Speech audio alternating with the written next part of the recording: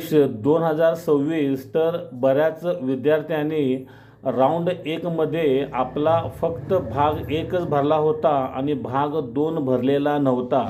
त्याच्यामुळे त्या विद्यार्थ्यांचा आता पहिल्या राऊंडमध्ये त्यांना सीट मिळालेली नाही। तर बरेचसे विद्यार्थी विचारत आहेत की आता आम्हाला भाग 2 कधीपर्यंत भरता येईल। तर त्या सर्व विद्यार्थ्यांना एक चांगली बातमी आहे। आता त्या सर्व विद्यार्थ्यांना त्यांचा भाग 2 हा दुसऱ्या राऊंडमध्ये भरता येणार आहे। 3 तारीख ही पहिल्या राऊंडमधील ॲडमिशन घेण्यासाठी विद्यार्थ्यांना आहे।